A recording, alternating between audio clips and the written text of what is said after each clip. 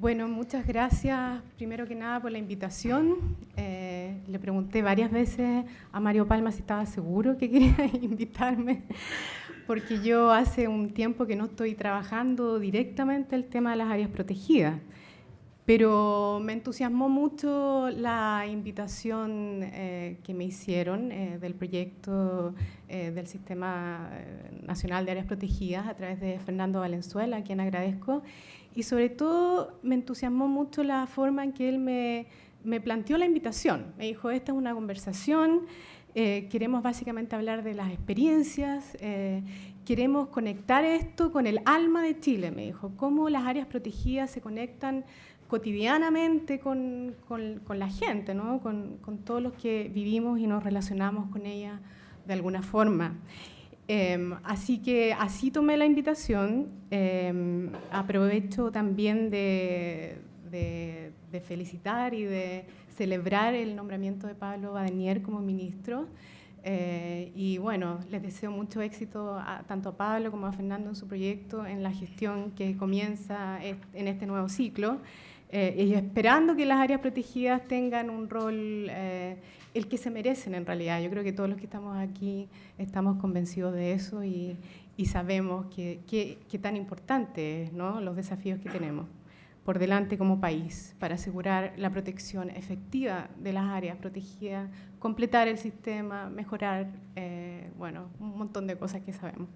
Pero yo no voy a hablar tanto de esa experiencia de la área protegida, sino que me tomé en serio la invitación de conversar sobre esto del Chile profundo. Y como hace 20 años yo me fui de Santiago a Valdivia, voy a hablar de mi experiencia allá, en Valdivia, de lo que experimenté viviendo en Valdivia y trabajando en el tema de áreas protegidas desde Valdivia. Y en particular quiero hablar de cómo la relación de los valdivianos con un área protegida en particular me marcó a mí de muchas maneras y marcó la historia de esa ciudad, también la historia reciente y la historia del país. Estoy hablando del caso que todos ustedes ya conocen, pero quiero hablar desde una mirada distinta, una mirada que lo que pretende es justamente abrir una conversación en un tema que yo estoy empezando a explorar y que creo que, bueno, para mí por lo menos es fascinante, es maravilloso y creo que es algo de lo que no hablamos mucho y sin embargo está ahí subterráneamente movilizando nuestros esfuerzos por hacer de la conservación de las áreas protegidas en Chile algo potente, algo que funcione. Bueno, yo estaba dedicada a trabajar en las áreas protegidas privadas, básicamente en Valdivia, cuando, por decirlo así, en el patio de mi casa, ¿no? Comenzó a suceder algo. Comenzó a suceder un desastre ecológico mayor, no sé históricamente cómo se podría poner en perspectiva, pero yo he leído, digamos, opiniones de algunos expertos que dicen que este es quizá el desastre ecológico más abrupto, digamos, porque fue muy rápido y muy masivo. Ya, a lo mejor en escala hay otros que son más importantes en Chile, pero por su intensidad, estamos hablando de algo que comenzó en 3 meses a cambiar la ecología de un humedal de más de 6.000 hectáreas en realidad, pero la zona protegida, ¿no es cierto?, es de 4.700 hectáreas. Este es un área protegida declarada en 1981 como Santuario de la Naturaleza, del río Cruces, o Carlos Anbanter, otro gran naturalista que hemos tenido en el país. Y nada menos además que el primer sitio Ramsar de Chile, el primer humedal con que Chile suscribió, o el humedal con que Chile suscribió la Convención Ramsar, ¿no? Yo quiero contarles un poquito de historia de este caso también, porque es algo de lo que no hablamos mucho. Este la creación de este santuario también tiene una historia humana muy importante detrás.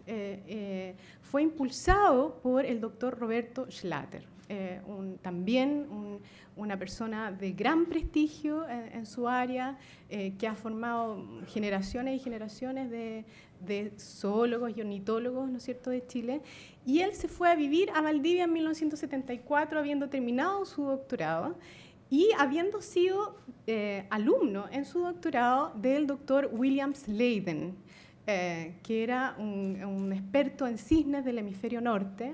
El doctor Sladen había no solamente, digamos, estudiado un montón de aspectos relacionados con la ecología de los cisnes, sino que en particular se había dedicado a estudiar los movimientos migratorios de los cisnes del hemisferio norte, y había desarrollado una serie de protocolos de marcaje de cisnes, y por lo tanto era una eminencia, un destacado experto en aves acuáticas, y él fue el profesor del doctor Schlatter. Entonces, cuando Roberto Schlatter llegó a Valdivia, él inmediatamente, ¿no es cierto?, por instinto casi, se interesó en este lugar, en este humedal, y había una población. Él empezó a contar los cisnes de manera bastante rudimentaria, pero empezó a contabilizar cuántos cisnes había, y alrededor de entre 600 y 1000 cisnes en esos años.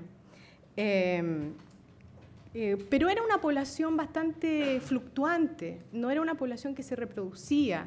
Tenemos que recordar, estamos a solo 14 años del terremoto del 1960. Este lugar... el santuario, el humedal del río Cruces es en gran parte efecto de ese gran cataclismo, ¿no es cierto? Los terrenos se hundieron entre 1 y 2 metros en toda esa zona, y por lo tanto todo lo que estaba ocurriendo ahí era un proceso ecológico muy reciente. Recién había las especies de árboles estaban, bueno, muchas retrocediendo, otras llegando, etcétera. Por lo tanto, no era muy claro lo que estaba sucediendo. Sin embargo, él tuvo este instinto, el doctor Schlatter tuvo esta intuición de que algo importante estaba pasando ahí.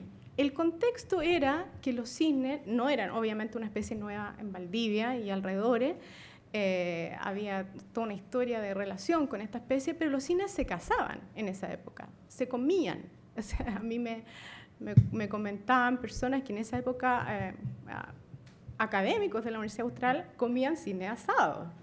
En el mercado se vendían los huevos de cisnes, ¿no? Esto era lo que sucedía cuando el doctor Schlatter empezó a contar los cisnes en el humedal, interesado en lo que esto significaba como fenómeno.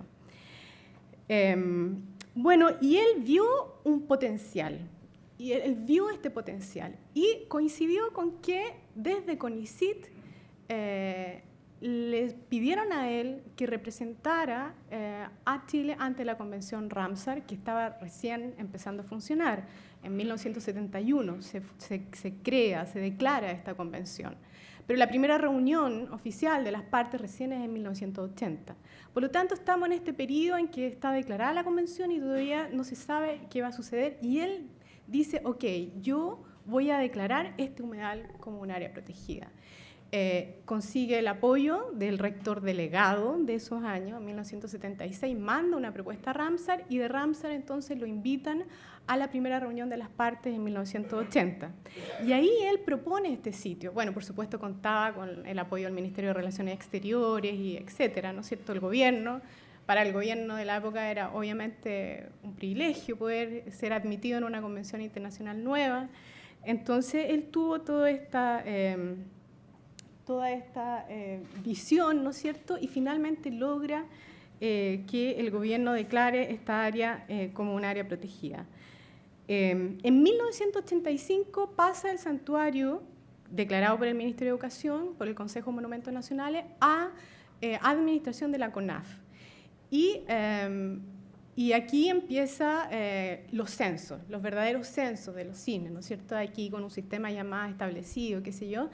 Y Schlatter, se empieza a confirmar que Schlatter tenía absoluta razón, ¿no es cierto?, porque el promedio de cisnes que se contabiliza entre, como comienzan los censos, 1985 y el 2003, es de alrededor de 6.000 individuos, con un pic de 14.000 en el 97.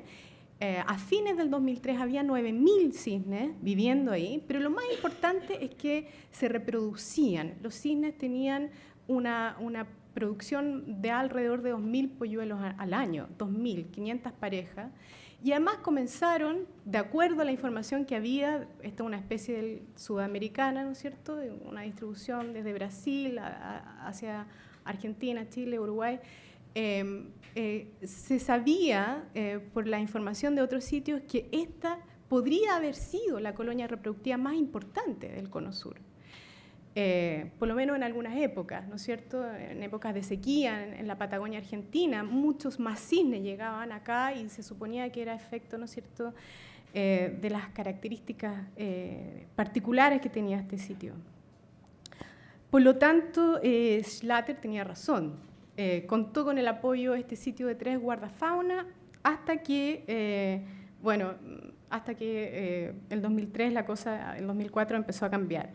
El 95 entró a evaluación ambiental el primer proyecto voluntariamente ingresado al sistema de evaluación de impacto ambiental en la CONAMA de los Lagos entonces, que era la planta de celulosa Valdivia de celulosa Arauco y Constitución.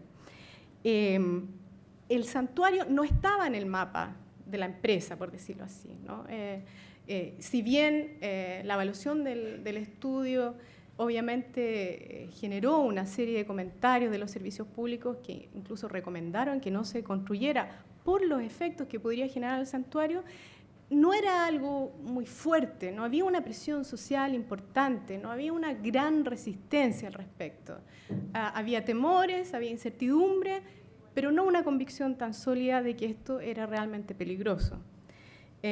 No voy a entrar aquí en los detalles de cómo se fabricó institucionalmente ese desastre,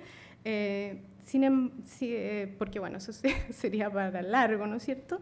Sino que quiero entrar en la otra, en el otro eje de la historia, en lo que fue pasando.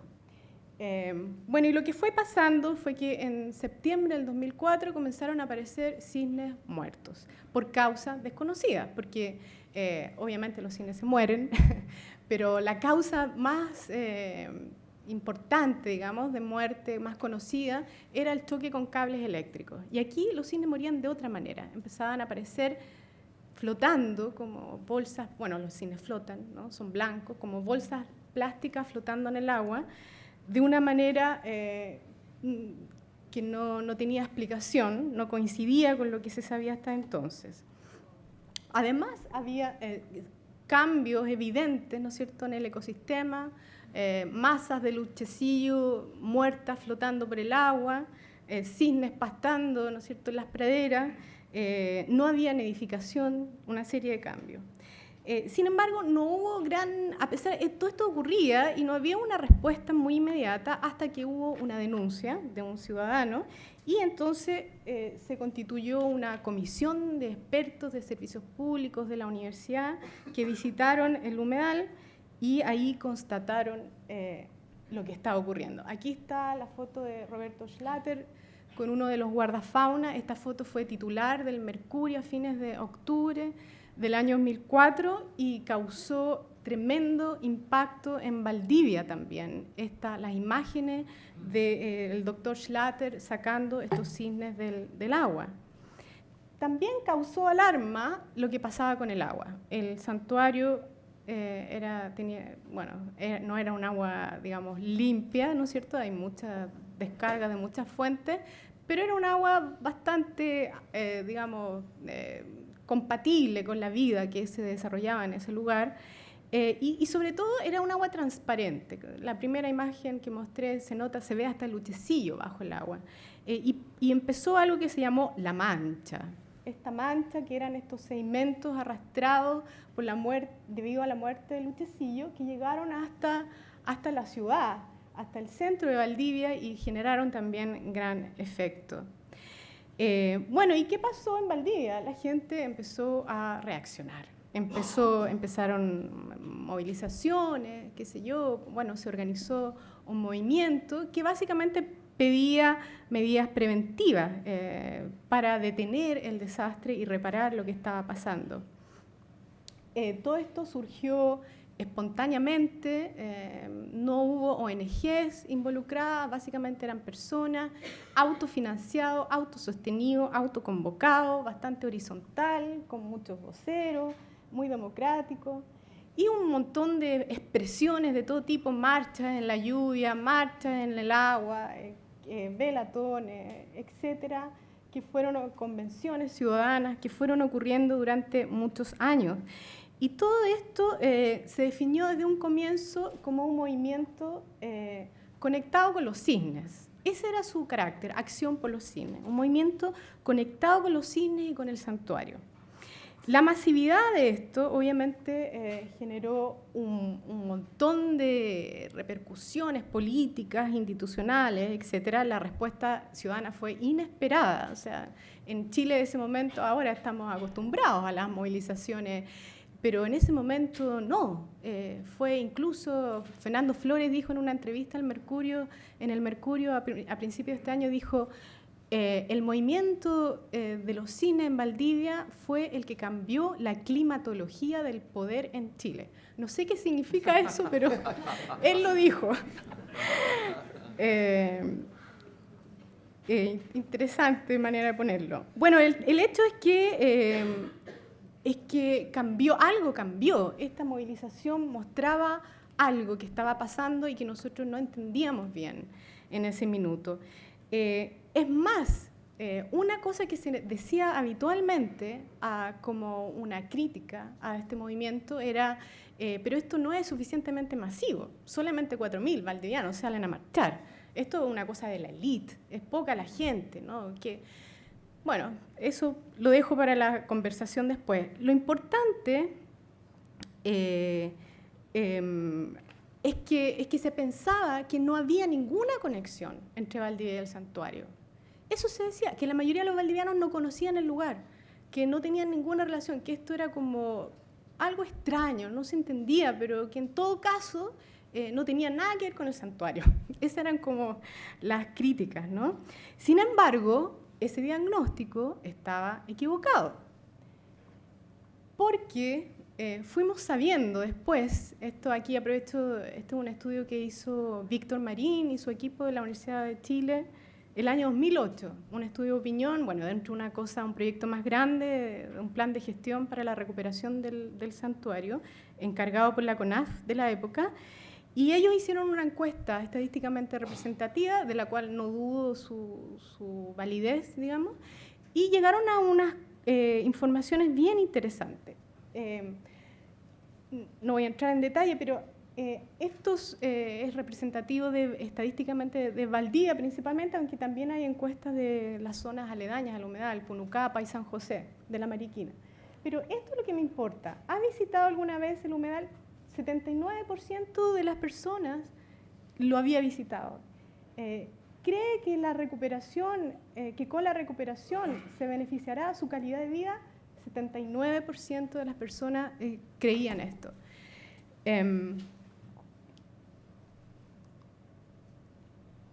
Y también casi un 87%, casi un 90%, ¿no es cierto?, establece que el problema de la contaminación es muy importante para la gente y para la persona que está siendo, la gente de Valdivia y para la persona que está siendo entrevistada. En particular el tema de cuántas personas han visitado el humedal, de acuerdo a esta encuesta, el 69% de las personas de estrato socioeconómico más bajo declaran haber visitado el humedal. Por lo tanto, y de ahí bueno, va subiendo por estrato socioeconómico. Por lo tanto, el humedal no era tan desconocido, ¿no es cierto? Y sobre todo, y esto es lo que yo quiero, y aquí voy entrando ya al tema del alma.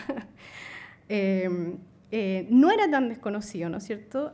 Algo había cambiado desde que Schlatter, ¿no es cierto?, tuvo esta visión, pero al mismo tiempo los cisnes eran cazados y se comían, ¿no es cierto?, hasta que 20 años después sucedió este desastre, algo había cambiado. Sin embargo, nosotros socialmente no habíamos registrado ese cambio. Lo registramos cuando empezaron las marchas y empezó la situación a tomar otro cariz, ¿no es cierto? Se había ido tejiendo invisiblemente, subterráneamente, una relación entre Valdivia y este lugar, que era un lugar nuevo, como digo, porque es resultado de un evento reciente, y en particular con los cisnes. Y esta relación, y esto es lo que yo digo, esta relación es clave para entender lo que pasó en Valdivia y los efectos que tuvo este caso también a nivel nacional. Yo estoy haciendo mi tesis de doctorado en este mismo caso, y como parte de mi tesis he entrevistado a mucha gente, incluyendo a expresidentes, a exministros, a exfuncionarios de la CONAMA que tuvieron roles importantes en todo el proceso antes y después del desastre, a gente de la empresa, directores de la empresa involucrada, gerentes nacionales de esa empresa y un montón de otras personas, científicos, ciudadanos.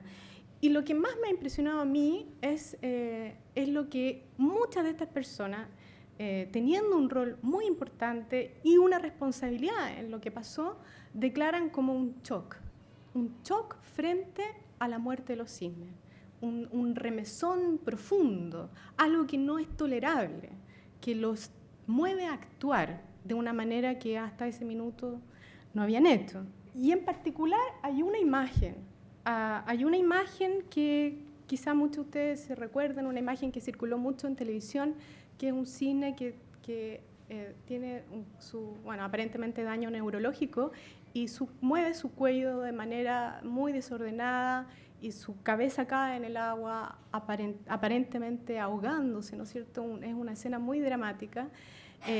Y esa imagen, y junto con ella muchas otras de cisnes sufriendo, son mencionadas una y otra vez en mis entrevistas. Y quiero leerles algo que a mí me llama mucho la atención. Dice: a fines del año 2004, los chilenos fueron testigos del drama ecológico que se vivía en el Santuario de la Naturaleza Carlos Banter, un humedal cerca de Valdivia.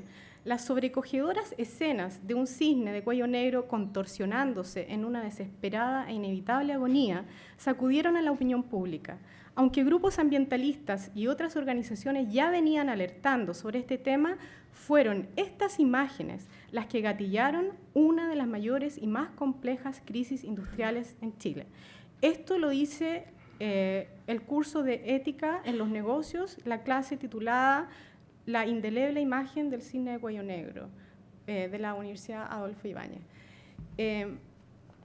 A mí me impresiona que se atribuya más poder transformador al sufrimiento de este cisne, ¿no es cierto?, que al movimiento ciudadano. Creo que hay algo ahí que necesitamos hacernos cargo, positivamente, digamos, hacerle espacio a esa reflexión. Claudia, sí. Disculpa, una interrupción para que vayas redondeando. Estoy súper terminando. Ok, súper, gracias. Perdón.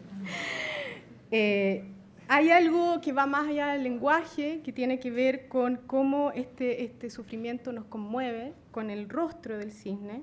Jacques Derrida describe lo que a él le sucede cuando se encuentra con la mirada de un gato, de su gato, y él dice, no estamos preparados para nombrar eso que sucede, sin embargo, es algo que tiene que ver con una subjetividad o presubjetividad que compartimos, con algo que tenemos en común, y que, claro, nos da temor, porque hablar de eso cuestiona un paradigma en el que vivimos, que es que la naturaleza está afuera de la sociedad, ¿verdad?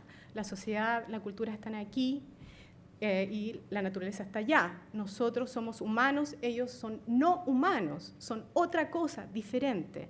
Cuando cruzamos ese puente, nos desarmamos. Sin embargo, hay algo en esta mirada, en esta interpelación, ¿no es cierto?, del sufrimiento, que demanda respuesta, dice Derrida. Porque ética, dice la ética, dice Levinas, es ser interpelado por el rostro del otro. Y aquí en este caso, el que nos interpela es el rostro de un cisne. Un cisne que cae, ¿no es cierto?, del cielo en nuestra ciudad, que se mete en nuestra vida cotidiana, que deja huellas profundas, una reforma ambiental, una nueva manera de entender la cultura ambiental desde las empresas, y que finalmente, bueno, en Valdivia también una serie de cambios, y que finalmente nos dice, ¿no es cierto?, que algo ha cambiado en la relación de nuestra sociedad con la naturaleza, con los lugares naturales, con las especies naturales, algo que silenciosamente se ha ido tejiendo, que no somos todavía capaces de, a lo mejor, elaborar, pero que, sin embargo, tiene el potencial de generar cambios tan potentes como los que este caso generó. Y termino mostrando otra imagen que sintetiza, a lo mejor, todo esto que pasó en Valdivia. Esta es una foto que circuló como el 2005. Entiendo que originalmente es una foto de la misma empresa que, no sé, estaba en un reporte o algo así. Esta foto fue tomada y se convirtió en esto. Y esto es lo que finalmente cambió. O sea, ¿qué es lo que cambió?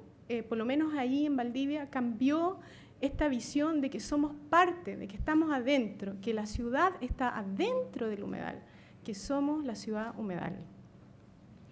Eso. Gracias. Muchas gracias.